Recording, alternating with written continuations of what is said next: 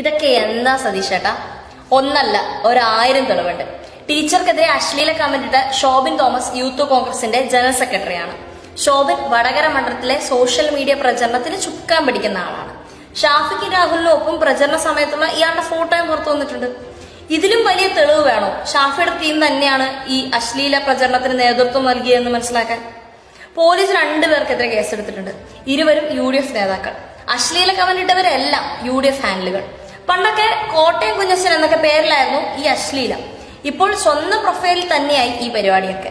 ഇതൊക്കെ ജനം ചർച്ച ചെയ്യുന്നിടത്താണ് പ്രതിപക്ഷ നേതാവിന്റെ വാർത്താ സമ്മേളനം. എന്താണ് പ്രതിപക്ഷ നേതാവെ ആളുകളെ മണ്ടന്മാരാക്കൽ? തെറ്റ് പറ്റിയാൽ അത് സമ്മതിക്കാനുള്ള മിനിമം മാന്യത കാണിക്കണം. അല്ലാത്ത പക്ഷം നിങ്ങളും ആ തെറ്റിനെ അംഗീകരിക്കുകയല്ലേ ചെയ്യുന്നത്? ശൈലജ ടീച്ചർ തന്നെ അധിക്ഷേപിച്ച മുല്ലപ്പള്ളി രാമചന്ദ്രനെ ന്യായീകരിച്ച കോൺഗ്രസിൽ നിന്ന്, പെണ്ണ് ലോക്സഭയിൽ പോയാൽ എന്ത് കാര്യമെന്ന് ചോദിച്ച കെ സുധാകരന്റെ കോൺഗ്രസിൽ നിന്ന്, ഇവരിൽ നിന്ന് നമ്മൾ എന്ത് പ്രതീക്ഷിക്കാനാണ്? ആരോട് പറയാനാണ്? സോഷ്യൽ മീഡിയയിൽ കേട്ടാൽ അറയ്ക്കുന്ന കമന്റ് പ്രതിപക്ഷ നേതാവിനോടോ, പ്രതിപക്ഷ നേതാവിനെ തെറി വിളിക്കുന്ന KPCC പ്രസിഡന്റിനോടോ? ഇതാണ് കോൺഗ്രസിന്റെ പൊതു സമീപനം. ഇതാണ് മുഖ്യധാരയിലേക്ക് ഇറങ്ങുന്ന സ്ത്രീകളോട് കോൺഗ്രസിന്റെ സമീപനം. കാലമൊക്കെ മാറി പ്രതിപക്ഷ നേതാവേ, ആദ്യം നിങ്ങൾ നന്നാവുക. പിന്നെ ആണുങ്ങളെ സ്ത്രീകളോട് എങ്ങനെ പെരുമാറണം എന്ന് പഠിപ്പിക്കുക. ഇല്ലെങ്കിൽ കാലഹരണപ്പെട്ട ചിന്തകൾക്കൊപ്പം